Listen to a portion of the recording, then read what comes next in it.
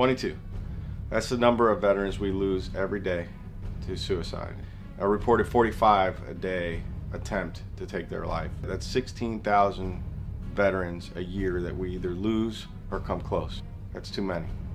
1 out of every 4 suicides in this country is committed by a veteran, heroes that came back from serving our country. I remember the IED going off and kind of flying through the air and hitting the ground. I had like blood and shrapnel in my mouth, and I remember being in like this strange, like conscious but unconscious state of mind. A mortar round hitting about maybe 10 feet from me, knocking my buddy down, almost dying. I was in Baghdad. I got hit by 3 explosions.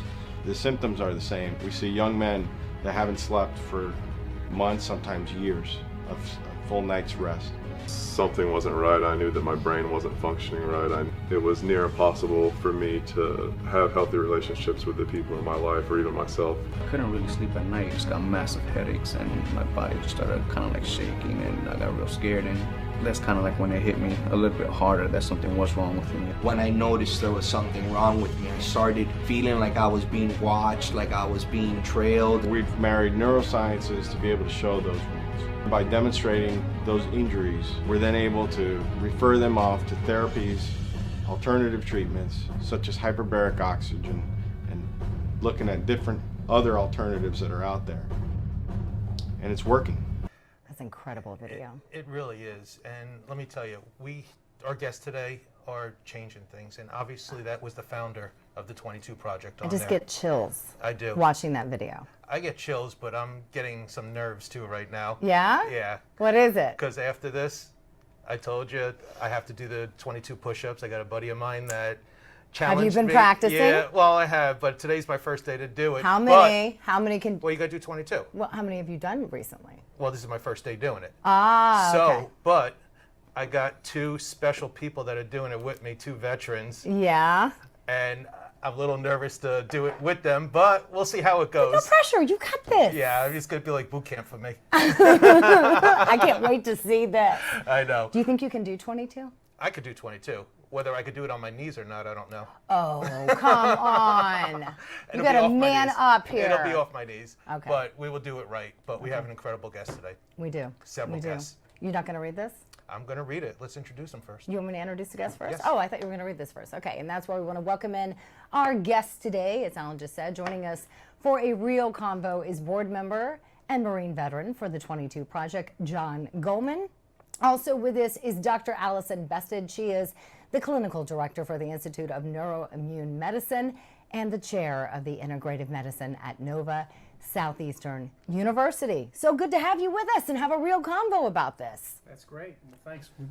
I appreciate being here with you today. Oh, we're just so great to be here. We Thank you for having love us. what you're doing. Yeah, the love work what you you're guys are doing are incredible. I'm really fortunate. We are fortunate here that we have Dr. Bested here also to explain a little bit more in detail how the hyperbaric chambers work, and also we have brain scans. So we're going to be talking about a couple things, but I want to mention one thing. I'm going to read this now. Okay, I want to see this I saw on your website, and it really hit me.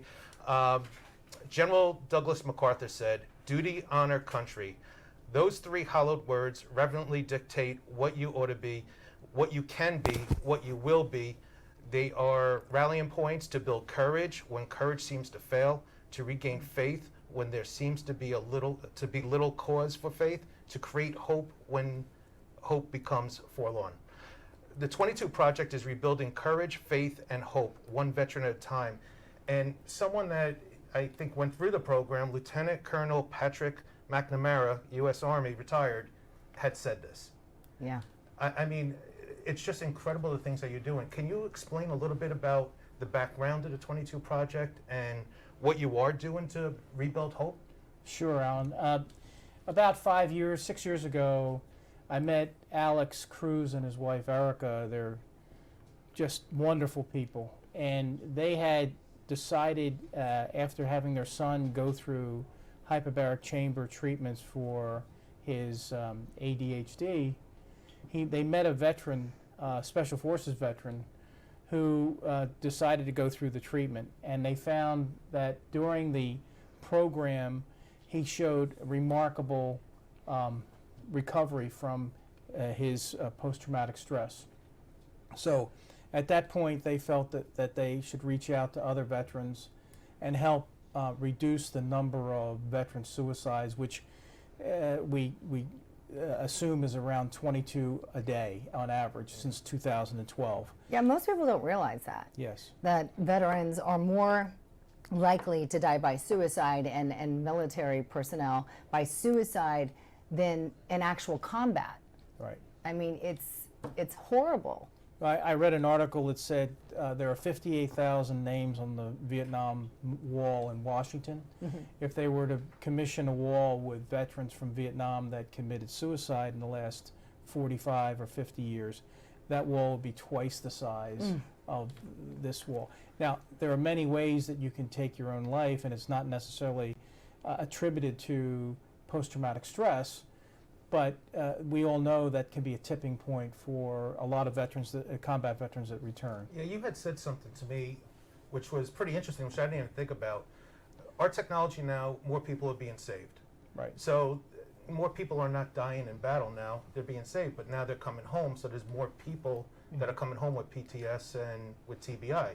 Right. So there's more people we have to help out there. That's correct. Yeah, so it was a really interesting fact that he was saying, which I never thought of before. Yeah, no, it's true. One of the also contributing factors is typically in wars before the Gulf War, and when you were sent into combat, it was typically for one tour, 13 months, 387 days, I think it was. Because that's what you served, right? Was Yes. it one tour? Yes. Right.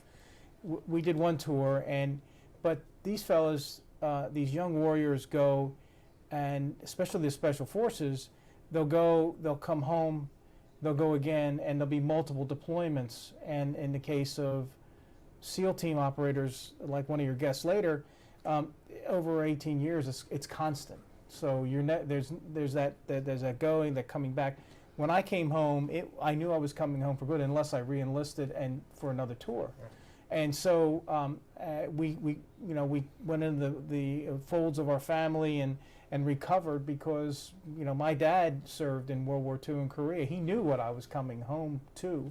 Mm-hmm. So it was they expected there was a treatment as much as you can treat within a family unit. Yeah. Today, after multiple tours and deployments, it's very, very difficult to do it on your own. So I want to start getting into the medicine behind this and how it actually helps. So the hyperbaric chambers, can you explain a little bit about what is a hyperbaric chamber? Yes, a hyperbaric chamber is a chamber that's totally enclosed, and inside the chamber the amount of oxygen is increased from 20%, which is room air, to 100%. And also what happens is the atmospheric pressure is increased from normal atmospheric pressure, which is 1 atmospheric pressures, up to 1.5.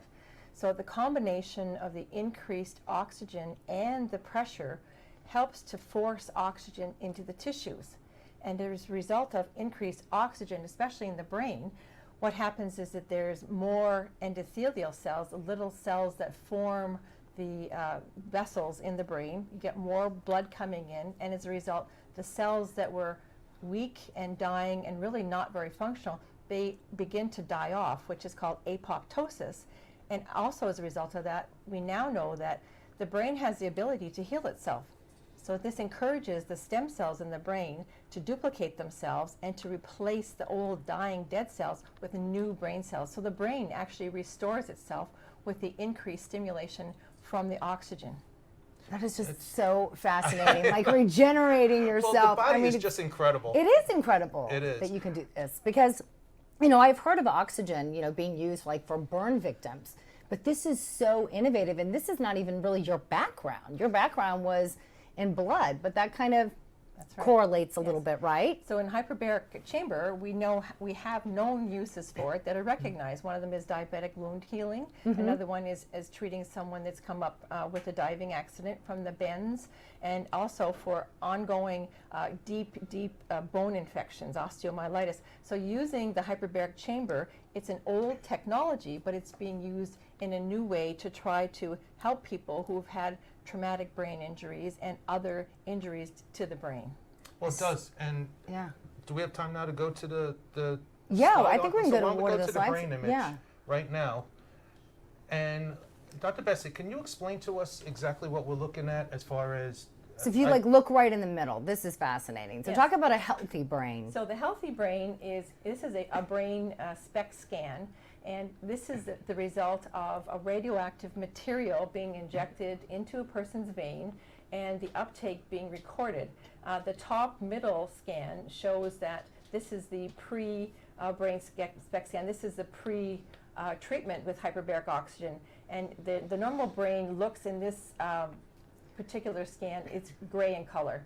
So when you have decreased perfusion or decreased blood flow to the brain, the colors change. So the green represents a mild reduction in blood flow, the light blue represents a moderate reduction in blood flow, and the deep dark black and blue represents severe reduction in blood flow to the brain. Dr. Bested, we're going to continue this conversation because it's so fascinating. When we come back from the break, we're also going to meet one of the veterans who actually is healing through this coming up right after. You're watching Real Convo. We'll be right back.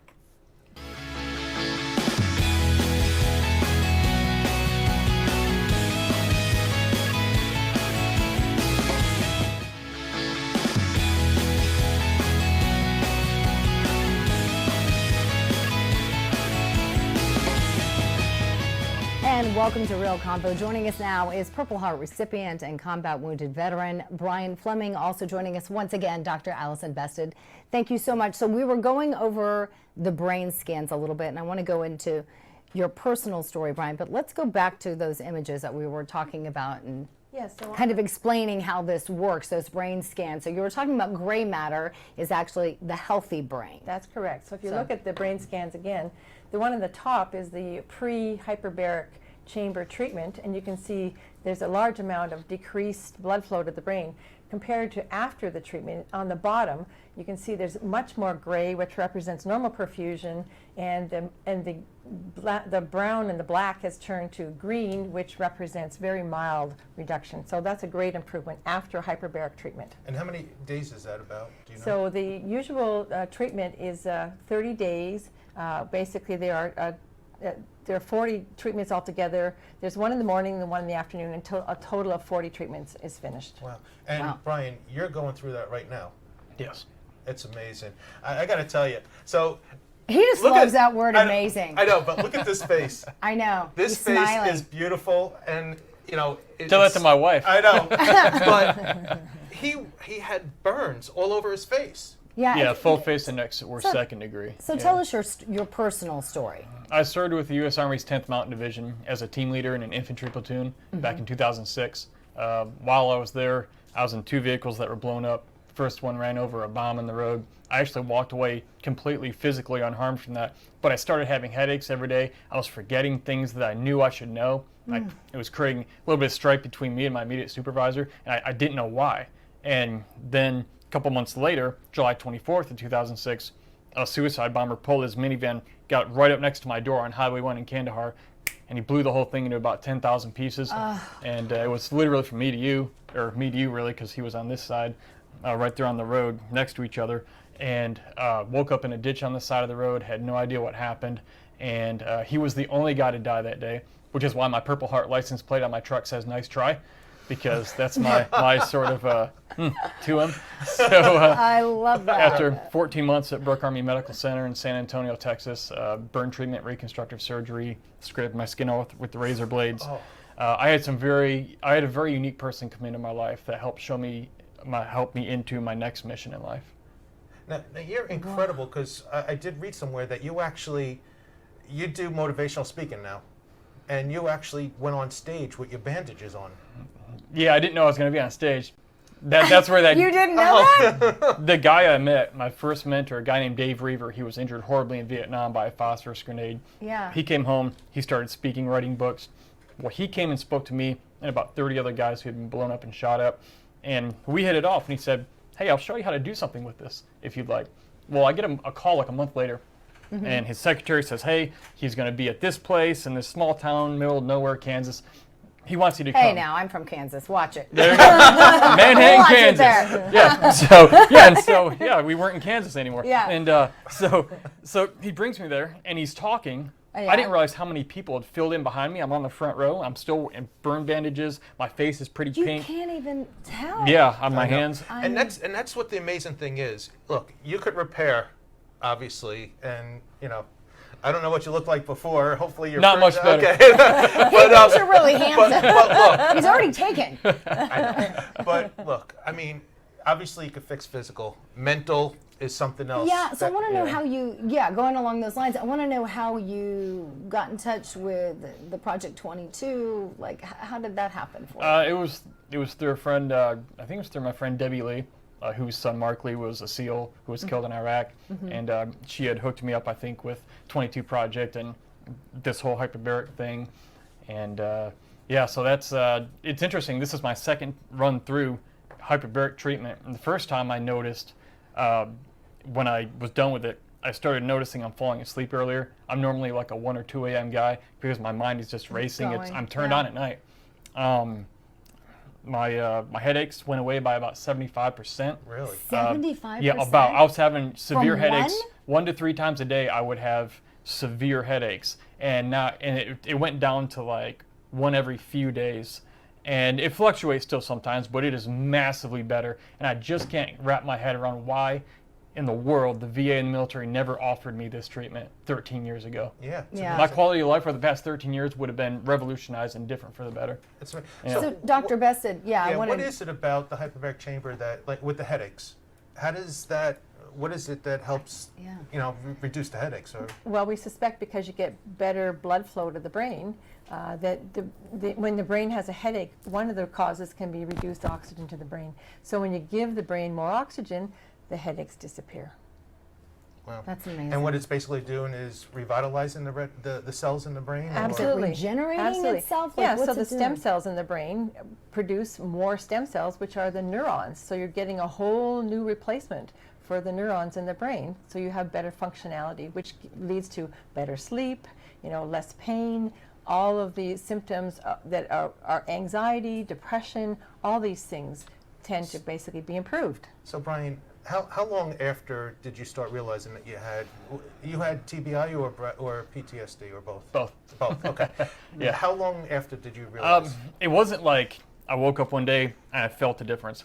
It was sort of like one day I just sort of noticed that things were a little different or better than they used to be. I can't really pinpoint a time or how long it took. I would imagine it's different for everybody, but it didn't take very long. And So it was how probably, many sessions have you done?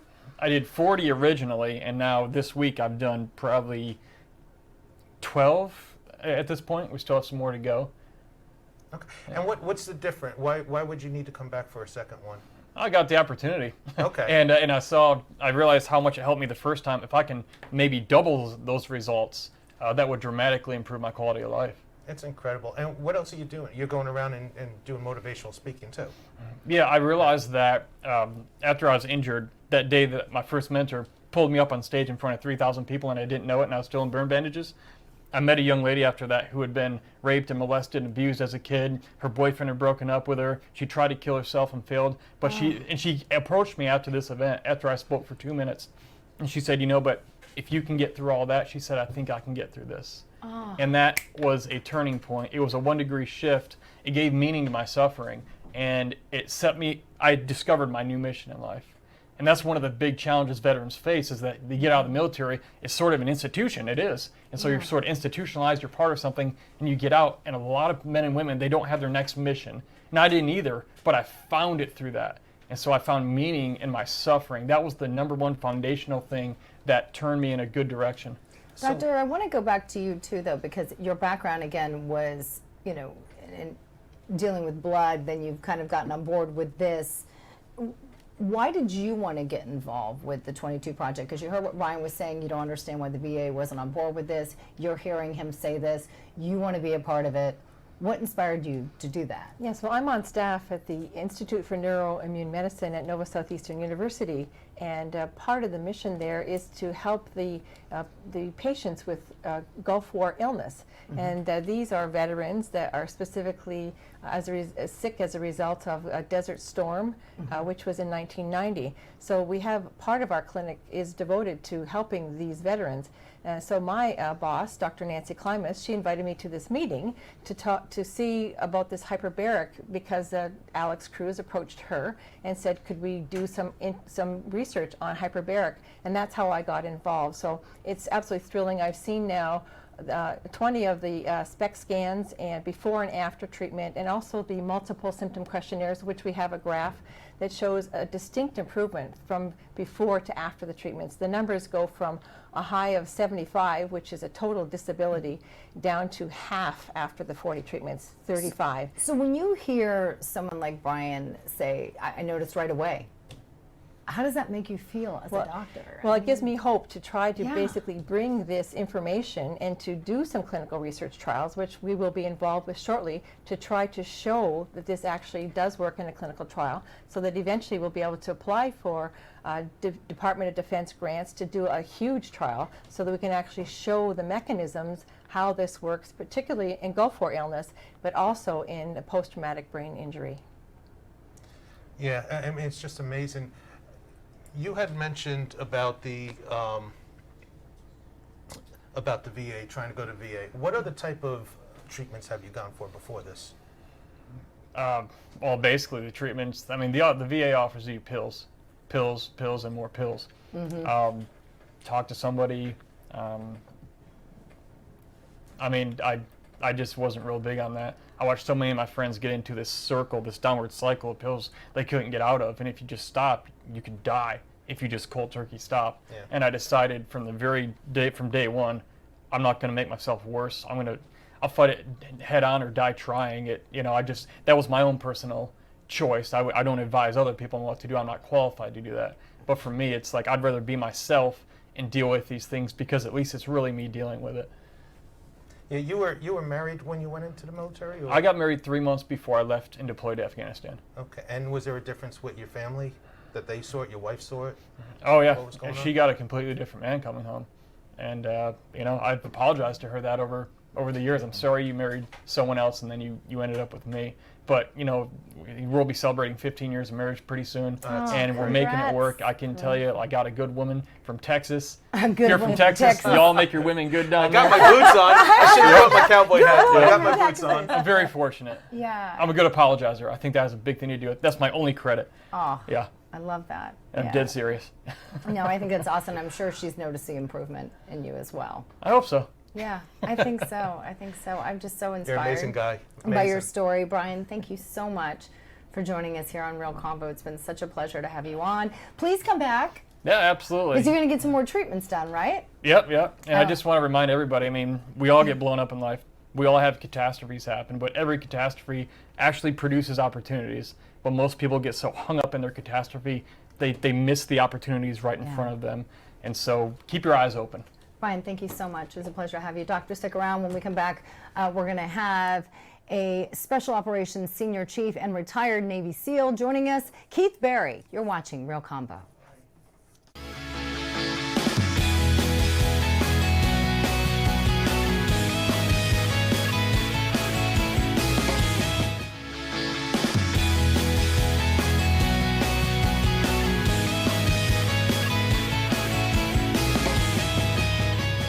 Welcome back to RealConvo. Joining us now is Special Operations Senior Chief and retired Navy SEAL, Keith Barry. And also joining us once again is Dr. Bessed. Thank you so much. Pleasure to have you on, Keith. It's a pleasure to be here, Miranda. Alan, thank you. You are so incredible. First of all, your service is amazing. To be a Navy SEAL. I mean, and you're worried about doing 22 push-ups. I am like really nervous afterwards. I mean, looking forward to doing it. Are you really gonna push me? Are you gonna We're gonna have a good time. like a boot camp thing? Yeah. All right. How many push-ups can you do? 22. Can you do more? If I have to, sure. Okay. As many as he needs to put it that way. That's all it is. So how long were you in the Navy SEAL? How long were you in the military for? I was in the military for 25 years. For 25 total. 25 and what'd you total. start off as? I started as a corpsman. I started as a medic with Marines, which is actually one of the most enjoyable time of my career. So wait a enjoy minute, medicine. you were a Marine and in the Navy. I wasn't a Marine. I was a Navy corpsman, which is a medic, and I was serving with Marines in a capacity. Marine Corps doesn't have their own medics, Okay. so they use Navy medics to serve with, and it was a phenomenal opportunity. I had a great time. So how long were you doing that for? And then you It was switched. about 3 years. And then you switched over to. And then I joined then I went through the training pipeline, SEAL training, BUDS in Coronado, Is that something that you always wanted to do? That's the reason I initially joined the military. At age 12, I decided that's what I was going to do. At 12? I was very fortunate. My poor mother, I had no plan B. So, What did you want to be at 12? Yeah, gosh, I wanted to be so many things. Yeah. But I ended up doing what I've been doing. Television. go. I love it. There you go. What was the experience like for you? Obviously, you know, we appreciate your service, but I'm sure you've struggled with emotions, and that's how you got involved with the 22 Project. Can you kind of Certainly. take us through that little journey a little bit? with the emotions, well, unbeknownst It's to me, 25 years, that's a long time. right, and of And course, you were only 12 when you enlisted. so I started right after 9/11. Of course, is when everything picked up, Yeah. and I was on my second platoon at that time. But as Brian mentioned earlier, we were out the door a lot. My team and I, between I think 2002, 2008, we were gone for approximately 300 days a year. That's not operational. That means that we're not home. So the operational tempo was quite severe. And what people don't realize is, yes, professional athletes get concussions. Yes, everybody takes a beating every now and then, but we don't get off season. So we would go from deployment to deployment. How many? Total? Myself? Yeah, 8. 8. So, but we would suffer concussions, post-blast injuries, and we weren't aware. We'd walk away, no holes in us, no bullet holes, and no fragmentation, as Doc knows, and but we didn't walk away unscathed. But we couldn't tell at the time. And then you come home, you start suffering symptoms. Give us some examples. Depression, anxiety, loss of concentration, focus, complete lack of situational awareness, unable to organize, unable to prioritize. And you were a medic, all these things too. that you have to, exactly. Not So- just as an operator, but also as a leader. These are crucial Is that in because- life, but Yeah. Is that because, like in the military, you're basically going, you're doing a job, you're trained to do it, and then when you come home, you basically have time to think? Is that your downtime? Is that when you start feeling it? I think exactly, the tactics, techniques, and procedures are drilled into us so much that that's second nature. That's our comfort zone. But when we come home and we have time to think, then we realize that all of what we had once done and we were capable of doing is much more difficult now. And that's the day-to-day interaction with our families, with our friends, just existing in society. Did it get worse? When It got- did you start to really It recognize? definitely got worse. I was combating the symptoms for a few years, wearing a mask, keeping a facade that I had everything together, I think like a lot of guys do, actually most guys do. And it happened in 2012. We were on a training operation. I was stationed in Virginia Beach and with a SEAL team on the East Coast, and we were doing some training in North Carolina. At the end of that training, I was in charge of the assault force, and so I was a senior enlisted on scene for the target, just a training scenario. But at the end of the day is done. We've done fine with training. We get together for a hot wash and debrief one another, and everybody debriefs their portions, and I usually clean up shot at the end. And at the end of the debrief, when it came my turn, I couldn't remember what we had just done. So now we're about 2 months from deploying again, and I couldn't fake it anymore. I couldn't hold it together. I didn't know what was going on. I had no idea. I thought I lost my mind. I thought I just had broken. And so I go back to work. I call my boss, and he was in DC at the time. I said, we have a problem. And then I started the going through the pipeline of medical appointments to find out what was happening. And a psychologist had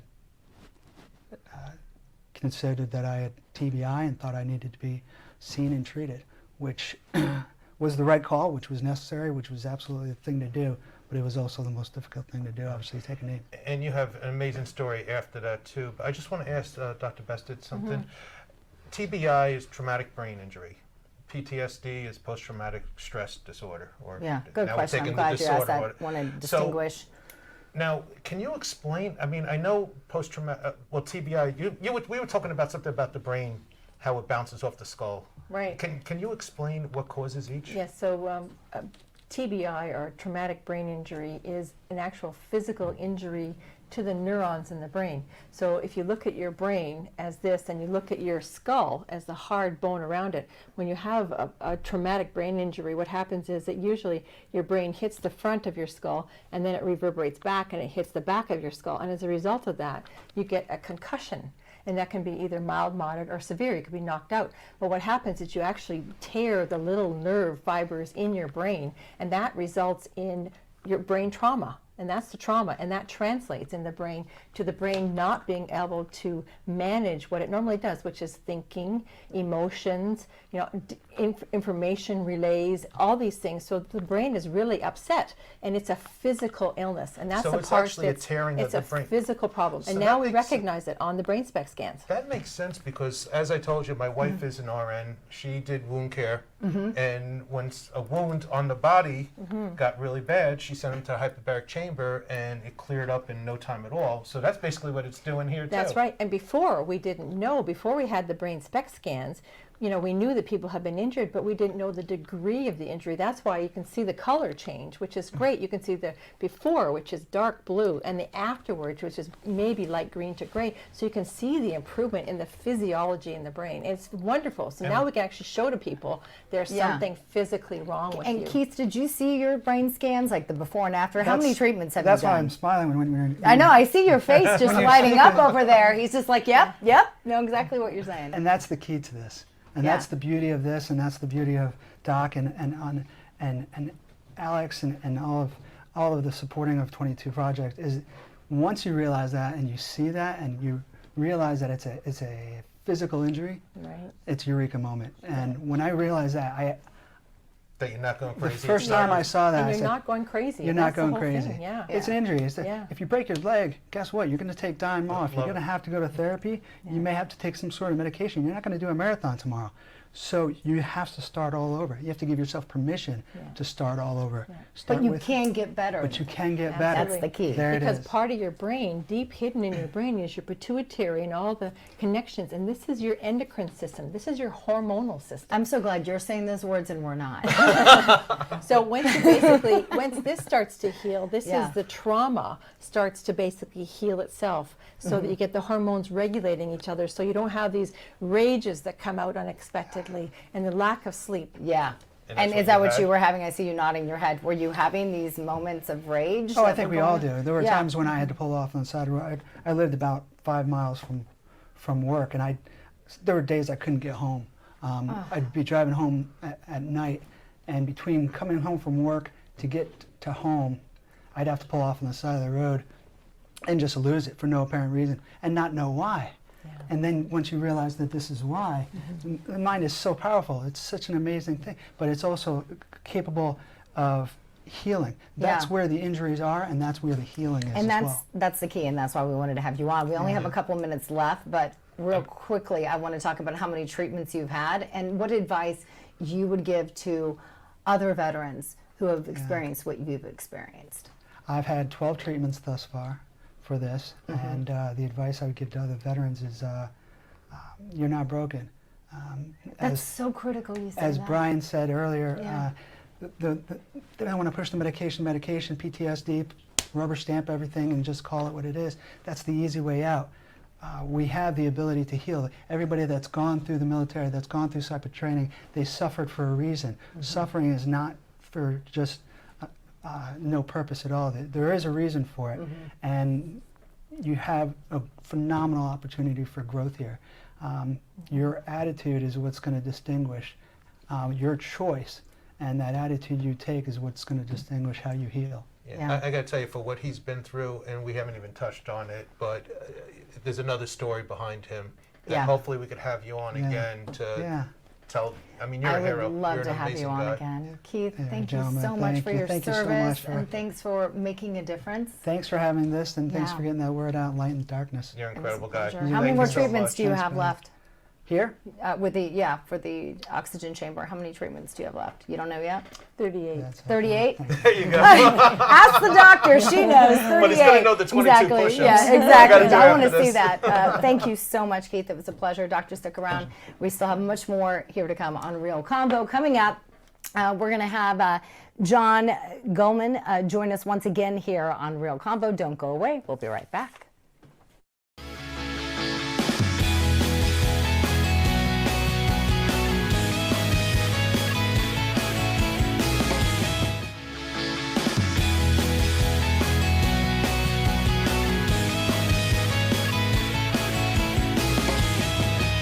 As a leader of a uniformed service, I'm the one who has to call the families when one of our officers dies.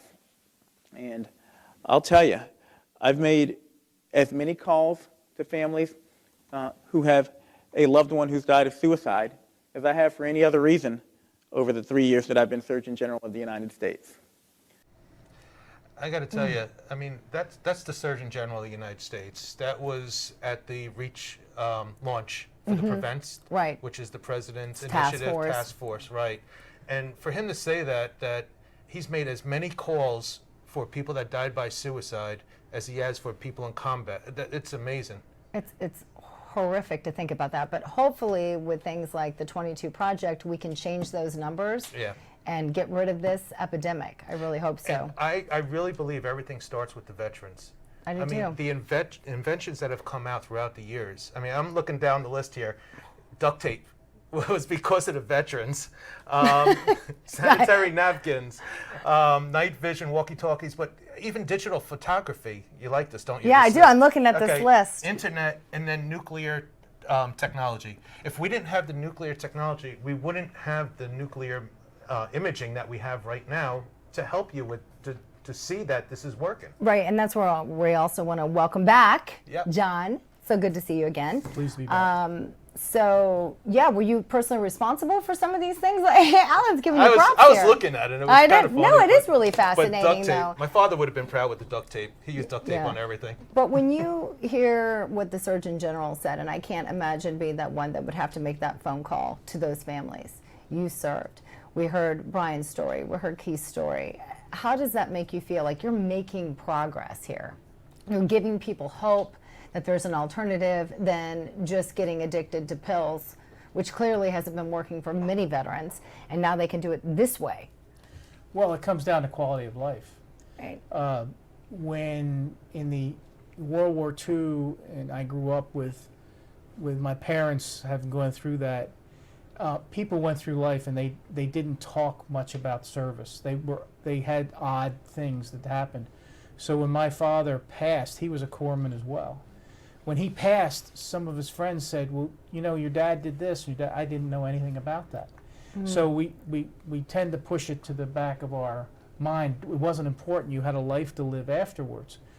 But Did when- you do that too? Because you yeah, served. you do. I kid around and I say 40 treatments in HBOT would have been a lot easier than the 10 years that I spent weaning myself away from support, whether it was alcohol or pills or other things. Well, that's a And- really good important part too, because again, with medication, it takes time to ramp up. You have to be on the medication. You come off the medication, you have to ramp down. If you don't, then obviously you have issues.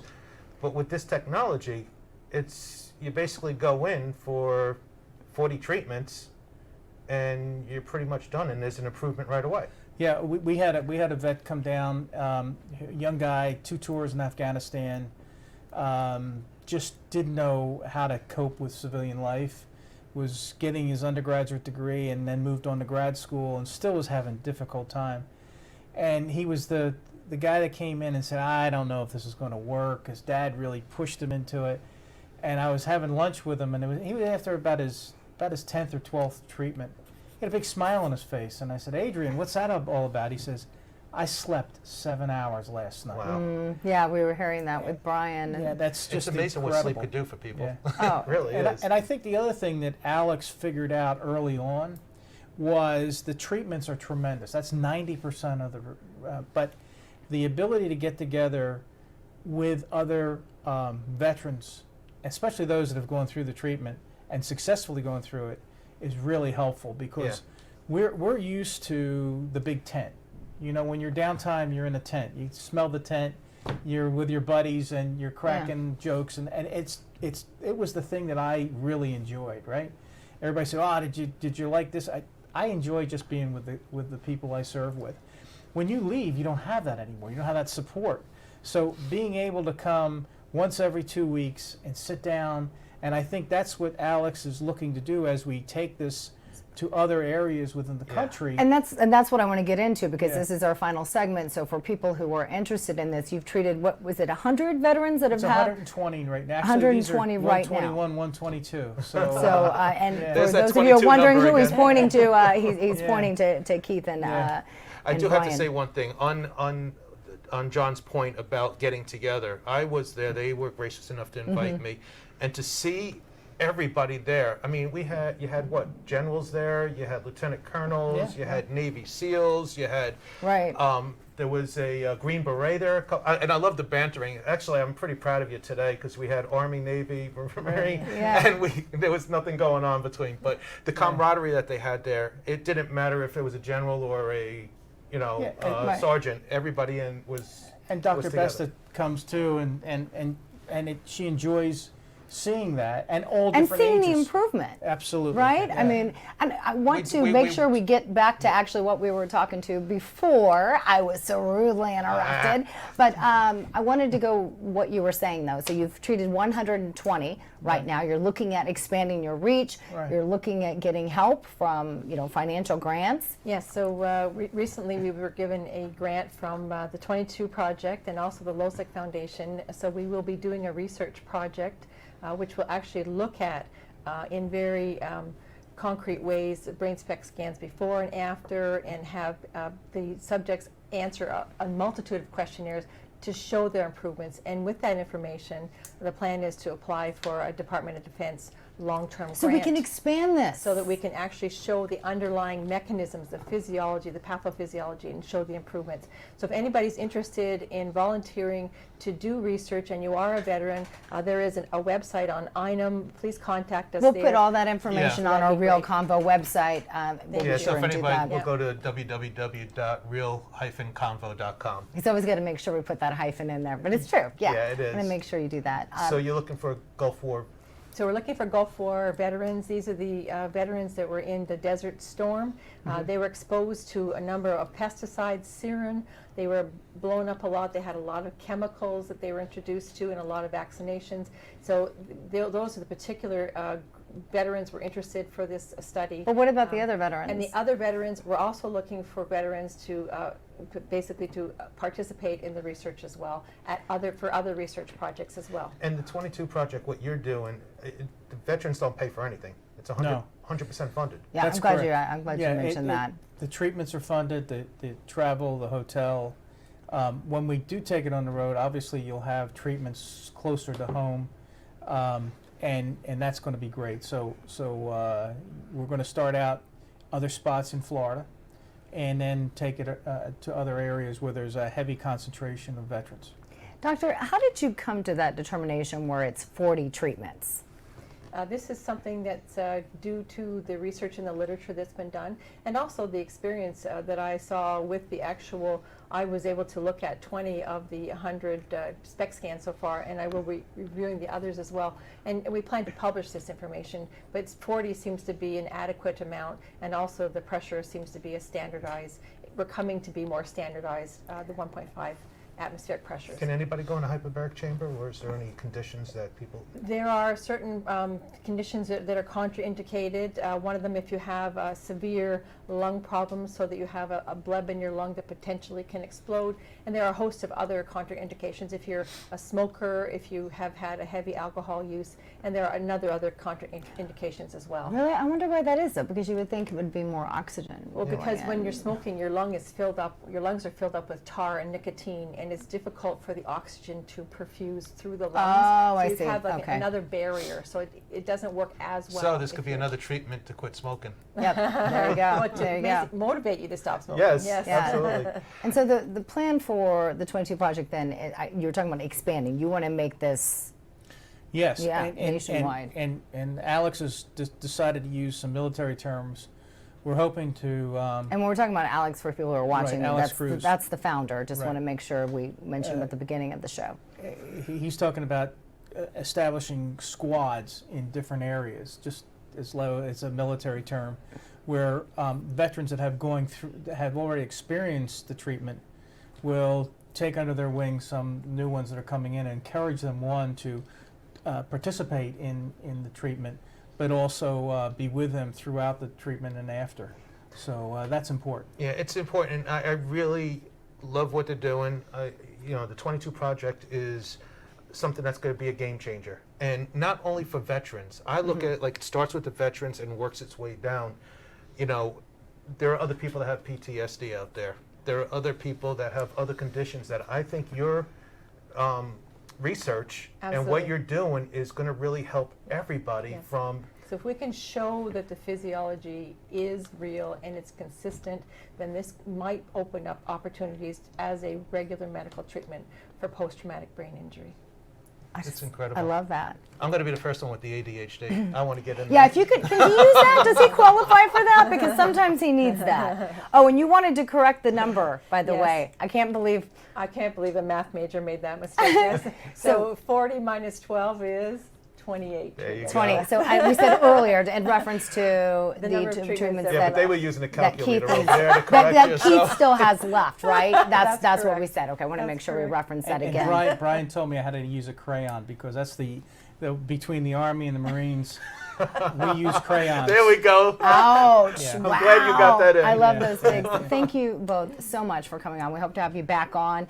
Keep us updated on your progress. I'm really crossing my fingers for you. Thank you very much. That everyone jumps on board, because I think, like what Alan was saying, Yeah. this is just It's cutting groundbreaking. edge. Yeah, it is. It's groundbreaking. It's That's going to about save it. Yeah. lives, and it's not just going to be veterans, it's going to be everybody. Yeah. So John Thank Gollum, you thank so you much. so much. Thank you for having us. Dr. Bested, thank you. Pleasure. And again, we want to remind everybody, for more information about the 22 project, you can go to our website, and that is www.real-convo.com. right. I think this is going to be just groundbreaking. It is. It is. It's going to It be already awesome. has been. Yeah. Thank you so much for watching this edition of Real Convo. We'll see you next time.